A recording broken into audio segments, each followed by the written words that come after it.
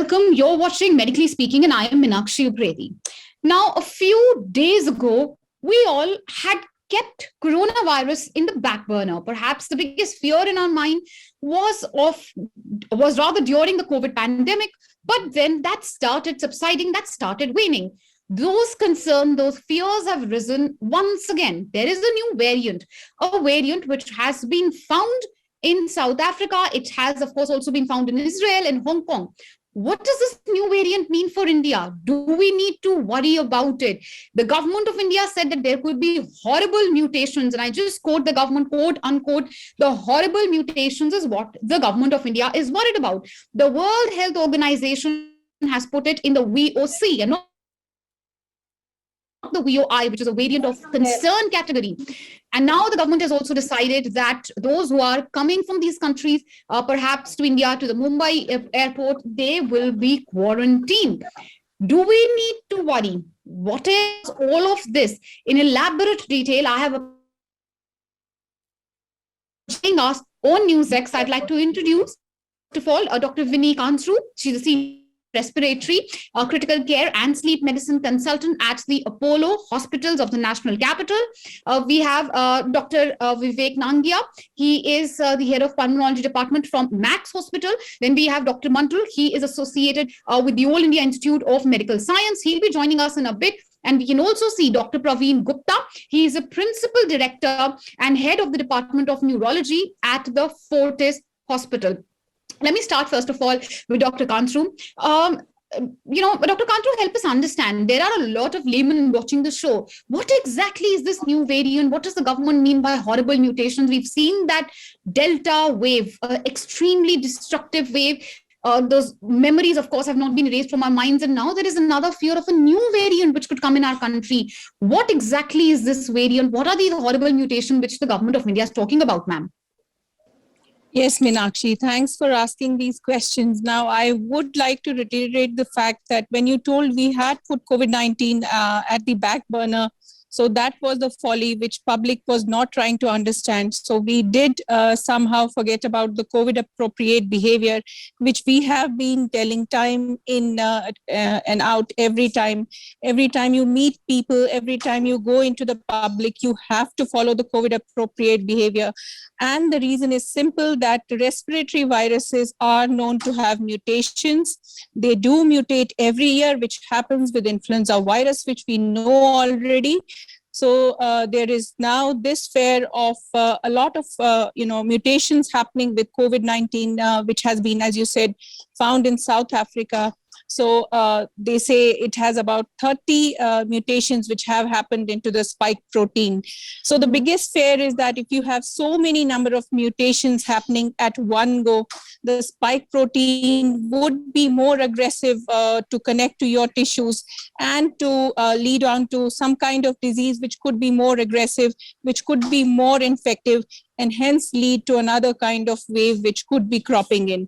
So this was being reiterated time in and time out, that you have to follow the COVID appropriate behavior to at least, prevent the coming in of so many variants. Now, this is at the moment the variant of concern, which means that we still have to see the effect of this virus practically, what it does. So variant of concern doesn't mean that it will actually lead to a third or the fourth wave here in India.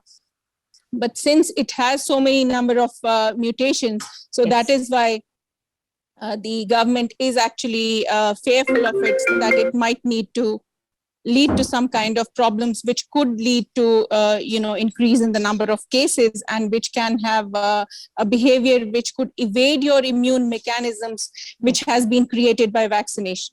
Right. And, Dr. Nangia, do come in here, sir, since we are speaking of these various mutations, 30 plus mutations, what exactly does it mean for those who are even vaccinated? Because many of us think that, we are vaccinated, so that means we are protected from coronavirus. But then there are these new mutations, and especially Omicron, the new virus, as it's called. What does it mean for those who are double vaccinated and perhaps think that they can evade a virus just because they're vaccinated? What does this mean when you have so many mutations, sir?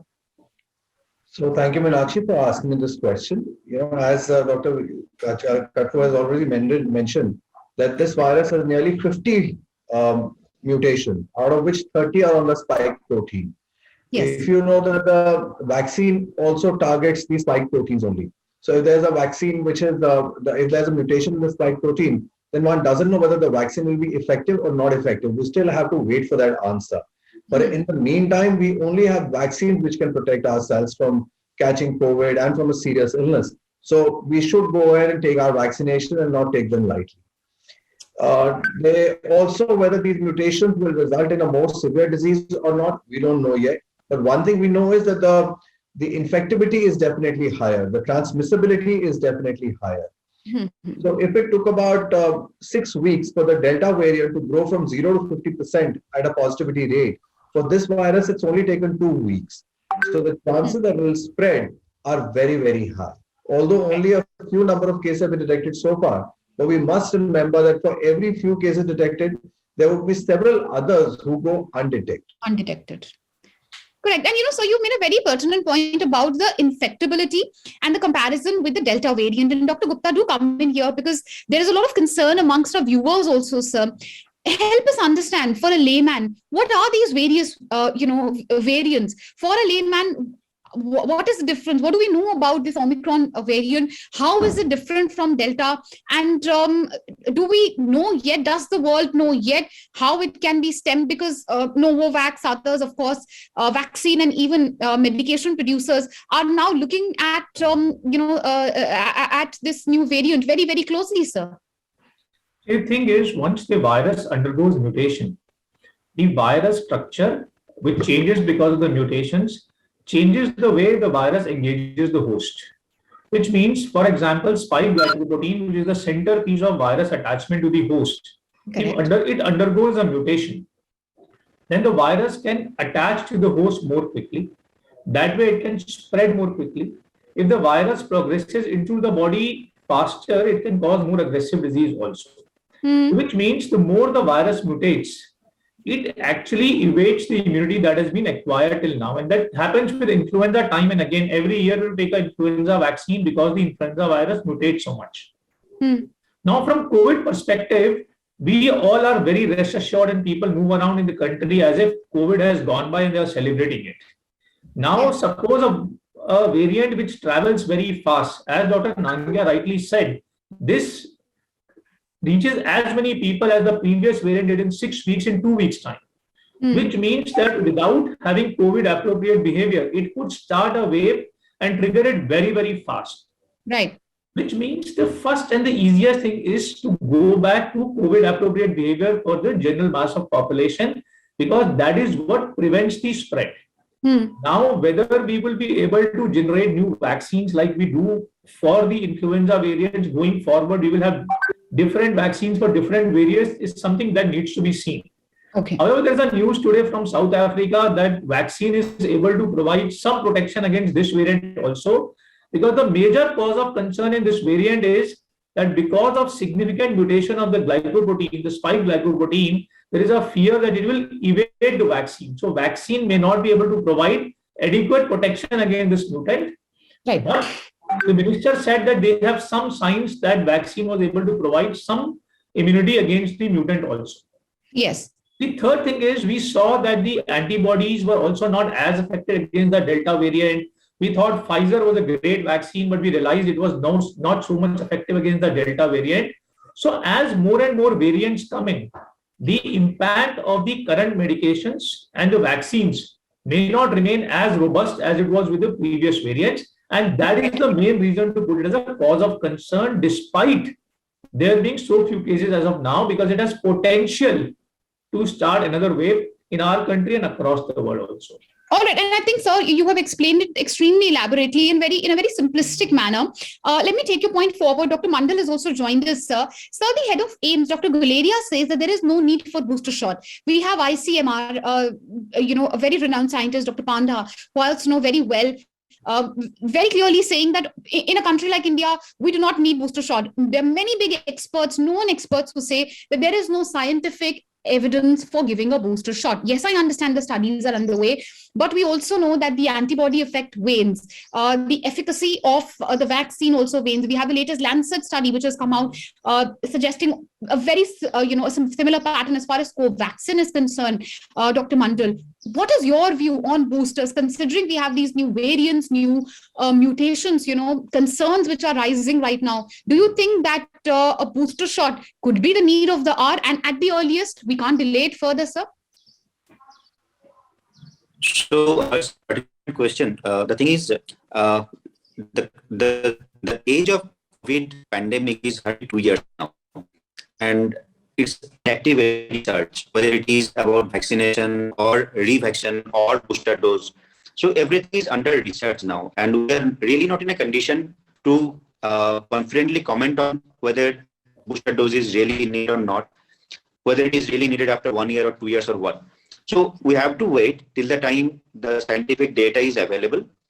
But as of now, what we know that in many viral infections, booster dose really works, and we keep on taking booster dose, like Dr. Praveen has already said, that we keep on changing our vaccination for influenza because the strain keeps on changing, mutations keep happening. So it might happen for COVID as well, but we have to wait to get that answer. It's not the right time to comment. Okay, we have as we all know that. I'm sorry, I'm interrupting you. Your I think your bandwidth is a little low. If you could just fix your bandwidth a little bit, your video is getting stuck on and off, sir. I'll come back to you, sir, but I have noted your point, and let me take it across to Dr. Kansru. What is your view, ma'am, on booster doses? Yes, scientific evidence awaited, but we have many studies, many experts who are indicating that the efficacy wanes, and with this new mutation, there is a higher concern. What will you say about booster doses? Any advice, any word for policymakers, perhaps? Ma'am, your audio is off. Right. So this is not a very easy question to answer. There is no one-to-one answer to your question. But according to me, these first generation vaccines, which are already been given, and to which, our second dose has been given to about 30% to 35% of population only.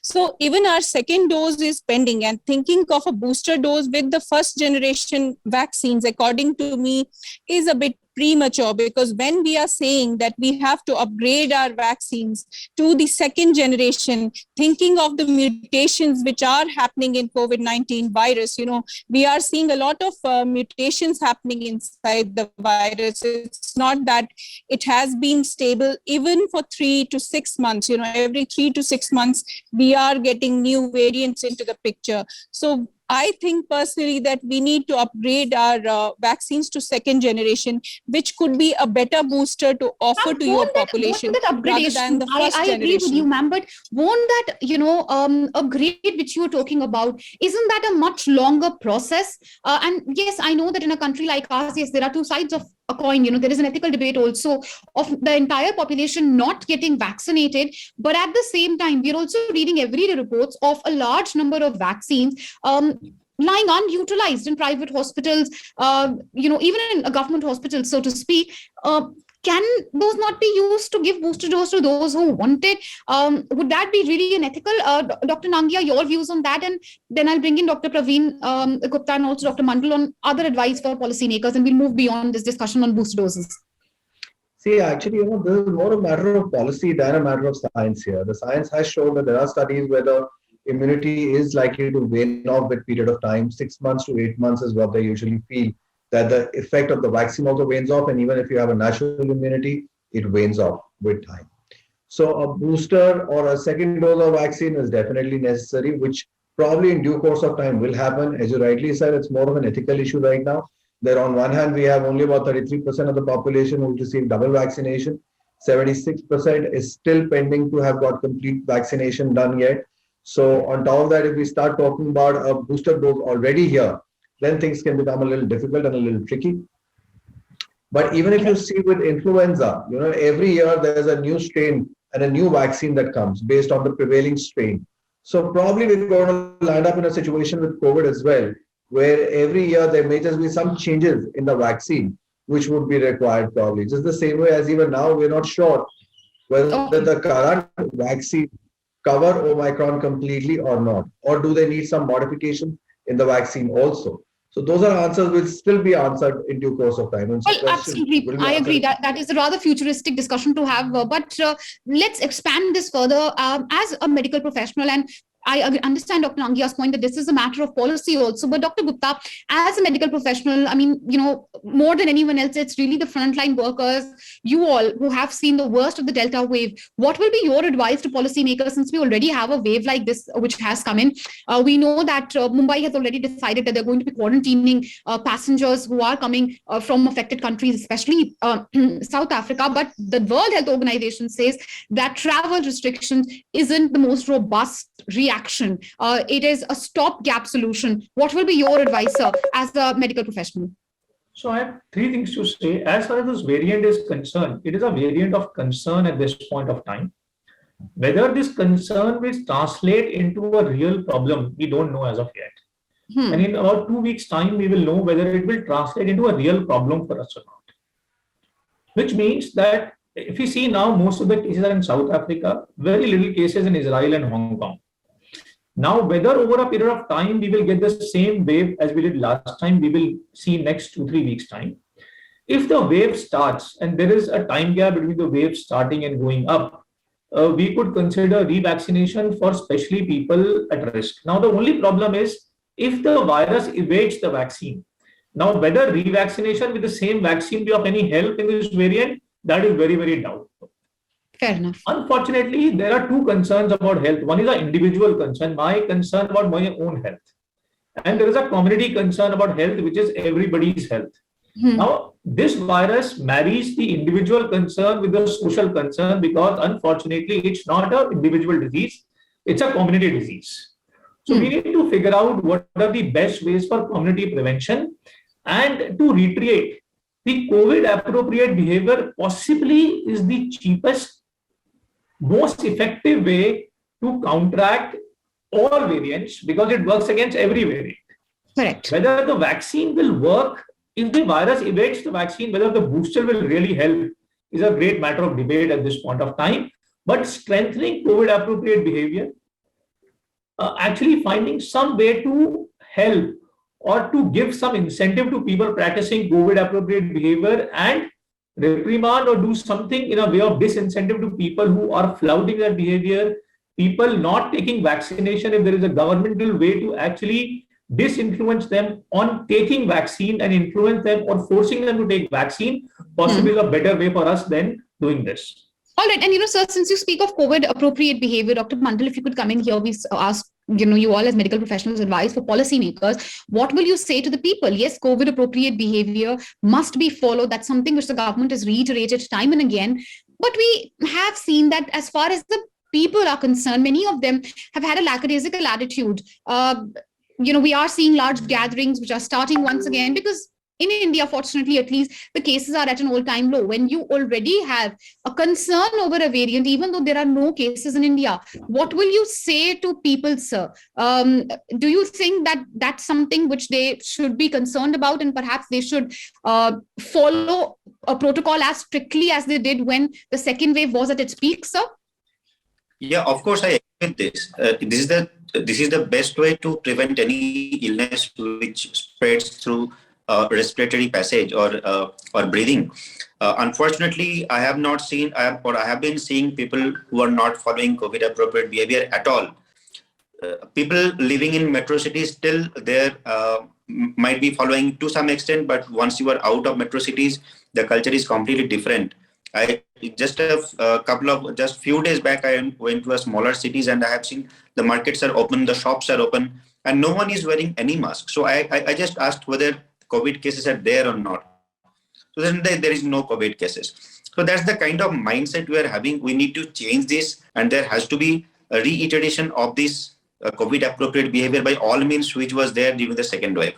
And regarding policy making, I really do not know whether any policy or law can do this until and unless people are not educated properly and they're not concerned on their own. You cannot just force them to do this for a long run. It might work for a few days, but for a long run, people have to realize on their own that we need to follow this for our own benefit and for the benefit of the community. So that has to be there by constant motivation, by all media involvement and all these things.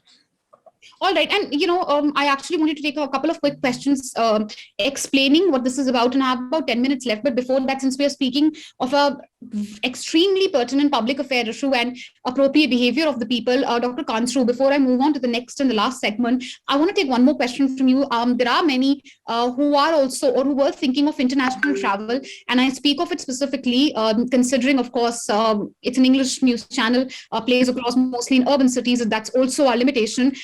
It's the Christmas, New Year time. What will be your suggestion to those who were thinking perhaps of international travel? Will you say avoid these countries which have seen variants, avoid Europe, US, go to other countries, or will you say hold on international travel altogether for now? What would be your advice, ma'am?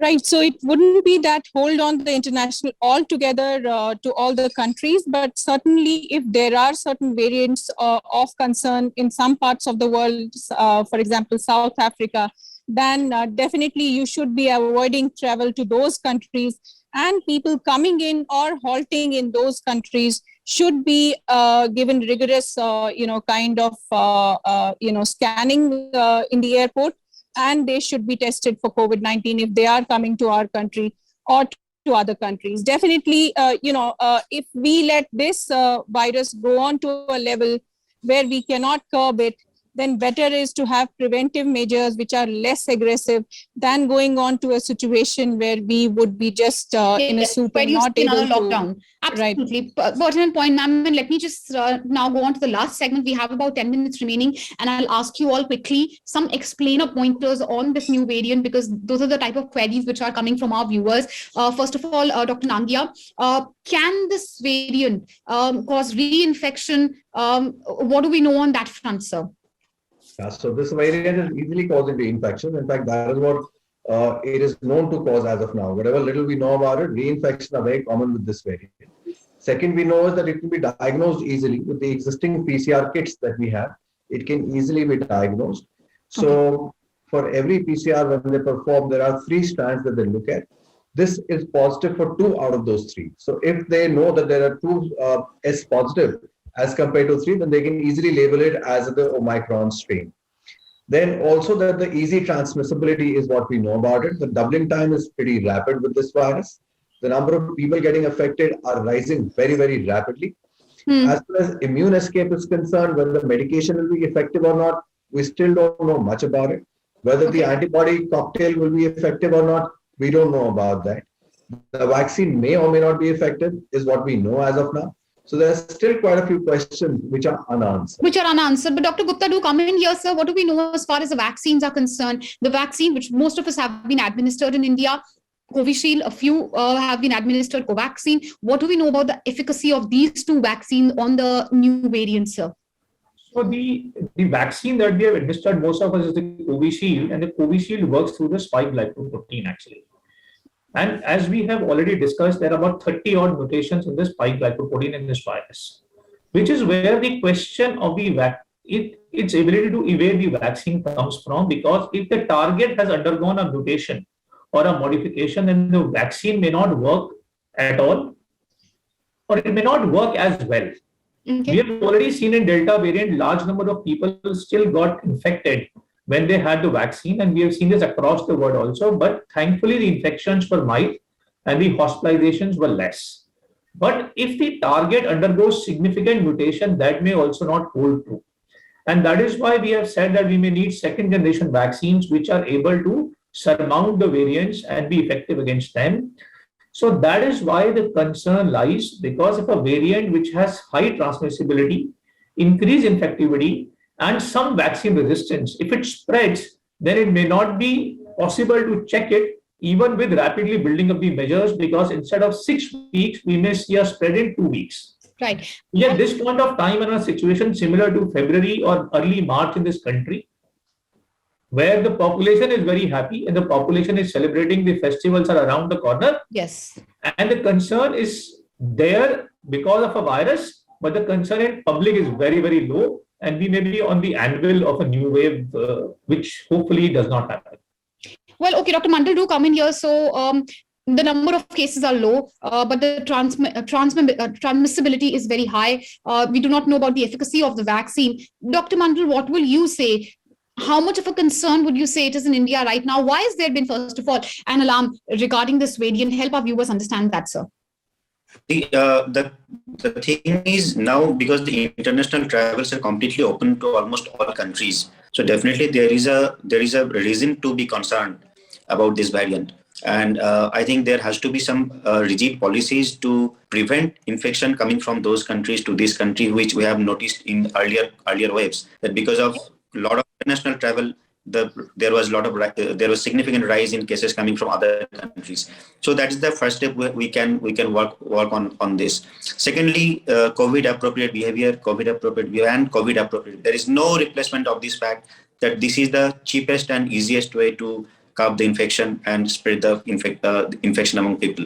Now, because it is a very fast-growing virus, the previous vaccines may not be very effective. We have to be very careful, and we have to keep our guards really on to prevent this. All right. So COVID appropriate behavior, your advice for people. Dr. Kansu, so ma'am, one more question to you. Since we're discussing, threadbare, this variant, Dr. Nangia has already has clarified that as far as the RT-PCR test is concerned, that can obviously detect this virus just like it could the Delta variant. The symptoms, are they the same as well? The treatment, what do we know on that front, ma'am?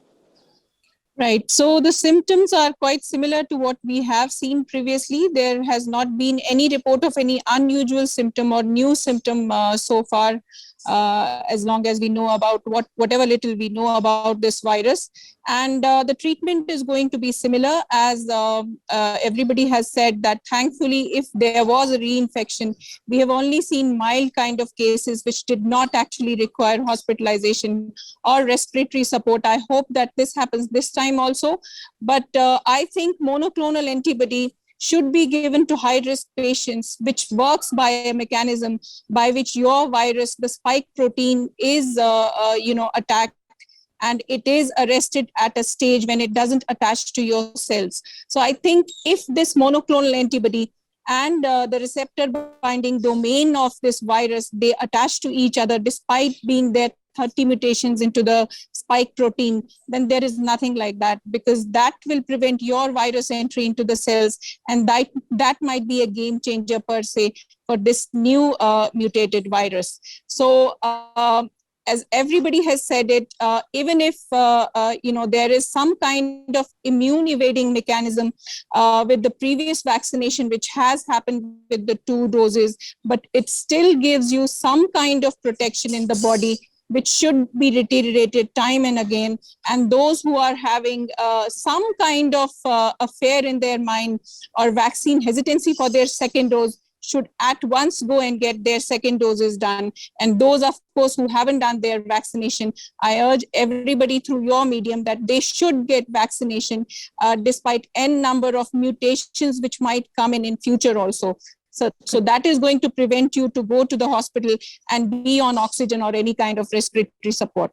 Well, absolutely. So as far as the government is concerned, what they're doing as of now, genome sequencing, quarantining passengers, but of course, there are many other ideas coming in for policymakers as well. I hope they're all listening. As far as, of course, our viewers are concerned, even though there is no case in India, of course, a panel of experts suggests that you continue following COVID-appropriate behavior. That is, of course, as all of them very unanimously agree, is the cheapest form of curbing any new variant which comes. What happens with vaccines, boosters, etc., is a matter of the future. We will keep you updated on all of that. As of now, thank you for watching the show. And of course, very big thanks to all our experts who have taken out the time to explain the dynamics of this new variant and what it means for India, and as of now, what we as citizens need to do. Thank you so much.